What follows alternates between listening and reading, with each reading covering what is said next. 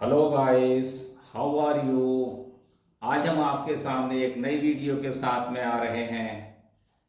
मैं उम्मीद करता हूं कि आप इस वीडियो को पूरा देखेंगे और आपको अगर ये पसंद आती है तो आप इसको सब्सक्राइब कर दें, शेयर कर दें और लाइक भी कर दें।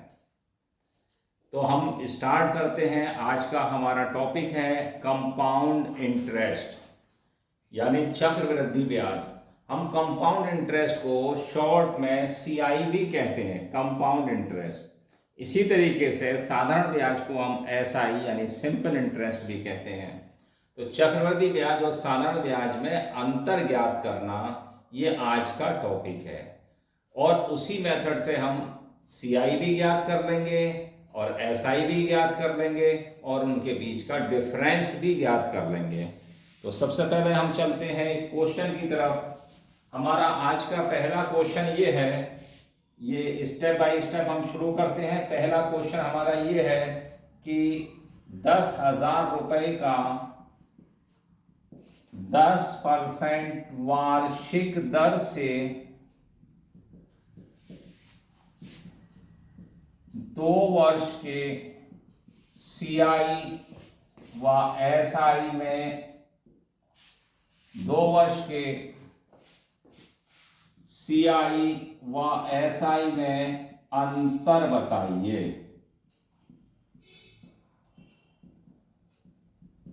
ये हमारा पहला क्वेश्चन है। अभी हम 2 वर्ष का शुरू करते हैं, इसके बाद फिर हम धीरे धीरे आगे बढ़ेंगे, 3 वर्ष का लेंगे और आगे बढ़ेंगे। इसको करने का एक आसान तरीका यह है कि हम ये देखते हैं कि 10,000 रुपए का, इसको मैं रफ कर देता हूं और हम फिर देखते हैं 10,000 रुपए का अगर हमने 10% से इंटरेस्ट निकाला तो ये 1 साल का इंटरेस्ट 1,000 रुपए हो जाता है। यानी अगर हम देखेंगे पहले साल का 1,000 रुपए इंटरेस्ट, अगर हम साधारण ब्याज की बात करें यानी सिंपल इंटरेस्ट की, तो ये 1,000 रुपए सिंपल इंटरेस्ट होता है। इसी तरीके से दूसरे साल का भी साधारण ब्याज 1,000 होता है। पहले साल का 1,000 रुपए साधारण ब्याज, दूसरे साल का भी 1,000 साधारण ब्याज। अगर हम ये कहेंगे ये 2 साल में कितना साधारण ब्याज हुआ तो ये 2,000 रुपए हुआ। आप कहेंगे कि पढ़ा रहे थे चक्रवृद्धि ब्याज, आ गए साधारण ब्याज पर। नहीं, ऐसा नहीं है। अभी हम आगे चल रहे हैं, साधारण ब्याज चक्रवृद्धि ब्याज भी ज्ञात करेंगे। देखें, यहां से हम ये देखते हैं कि हमारा जो पहले साल का 1,000 रुपए ब्याज था, अब उस पर दूसरे साल के लिए ब्याज लगेगा। यानी कहते हैं कि ये ब्याज पर ब्याज। तो जो हमारा 1,000 रुपए था, हम 1,000 रुपए पर फिर दोबारा से 10% ज्ञात करेंगे, जो हमारा निकल के आया 100 यानी 100 रुपीज। ये 100 हमारा डिफरेंस बन जाएगा और अगर हम इन दोनों को जोड़ देंगे तो ये हमारा 2,100 रुपए बन जाएगा।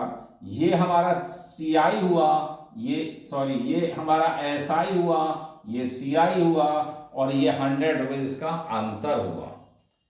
10,000 रुपए का 10% से 2 साल का सीआई और एसआई में अंतर 100 रुपए। सीआई की बात करें तो 2,100 रुपए और अगर एसआई की बात करें तो 2,000 रुपए। ये हमारा आंसर आ गया।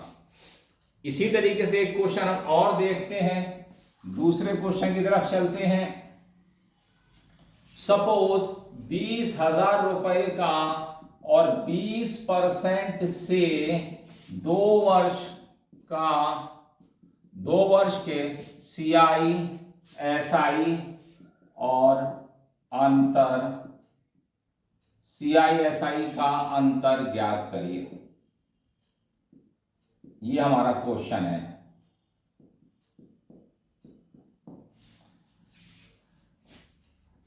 हम क्या करेंगे, सबसे पहले ये 20,000 रुपए का 20% से हम निकालेंगे इस तरीके से।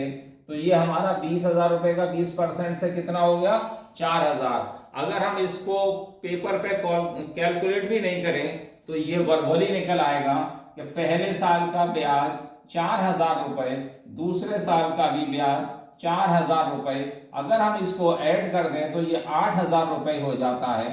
अब 8,000 ब्याज हो गया, ये तो साधारण ब्याज है, सिंपल इंटरेस्ट है।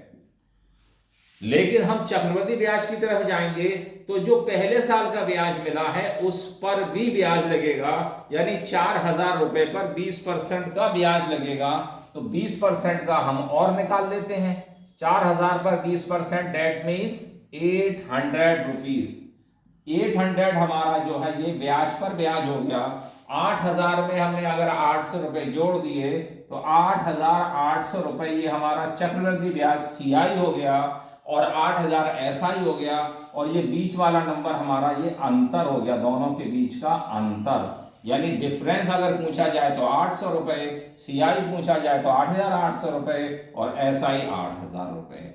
मैं समझता हूं कि आपको समझ में आ रहा होगा। इसी तरीके से हम एक और क्वेश्चन की तरफ आगे बढ़ते हैं कि यहां से हम लेते हैं सपोज 1 लाख रुपीस का, और हमने ले लिया सपोज 12.5% से, 12.5% से 2 साल के CI व SI का अंतर, CI व SI का अंतर ज्ञात करना है।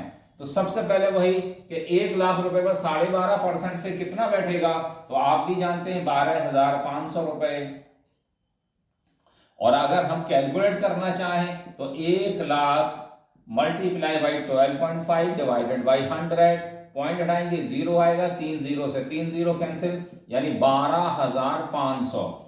हम देखेंगे पहले साल का इंटरेस्ट साधारण ब्याज 12,500, दूसरे साल का भी साधारण ब्याज 12,500। अब हम इस 12,500 जो हमें पहले साल का ब्याज मिला था उस पर हम फिर दोबारा से इंटरेस्ट क्रिएट करेंगे 12.5 अपॉन दिस, और पॉइंट हटाएंगे 0 आएगा, डबल 0 से हमारा डबल 0 चला गया। अब हम 125 और 125 का मल्टीप्लाई करेंगे, ये आएगा 15,625, और एक 0 नीचे 10 है, यानी 15,625, इसके बीच में यहां पे हम पॉइंट लगा दें, यानी 1562.5। अगर हम इसको कैलकुलेट करेंगे तो ये 25,000 हो जाएगा, और ये 1562.5 हो गया, और ये दोनों को ऐड करेंगे तो ये हमारा हो जाएगा 25 और 1 26, 26,562 रुपये 50 पैसे। ये दिखाई दे रहा है 5, लेकिन इसको 50 बोला जाएगा। तो 26,562 रुपये हमारा ये आंसर आ गया।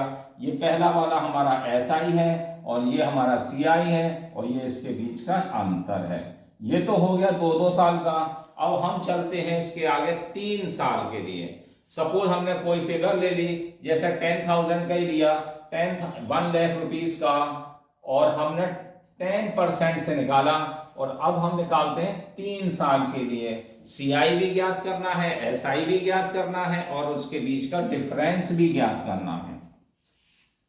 तो हम वही तरीका जो अभी किया था हमने, 1 लाख रुपए का 10% से आप जानते हैं वर्बली निकाल सकते हैं। ये आएगा 10,000 रुपए, यानी पहले साल का अगर हम साधारण ब्याज की बात करें 10,000, दूसरे साल का साधारण यानी सिंपल इंटरेस्ट की बात करें तो भी 10,000, और तीसरे साल का साधारण ब्याज यानी सिंपल इंटरेस्ट की बात करें तो भी 10,000। अगर हम इसको ऐड करते हैं तो ये तीनों मिलकर के 30,000 हो गया। यानी अगर 10 हम SI की बात करें तो ये हमारा 30,000 आ गया। लेकिन हमें जाना है CI की तरफ। 1,10,000 रुपए पर अब हमारा 10% से फिर ब्याज लगेगा। अगर हम 10% का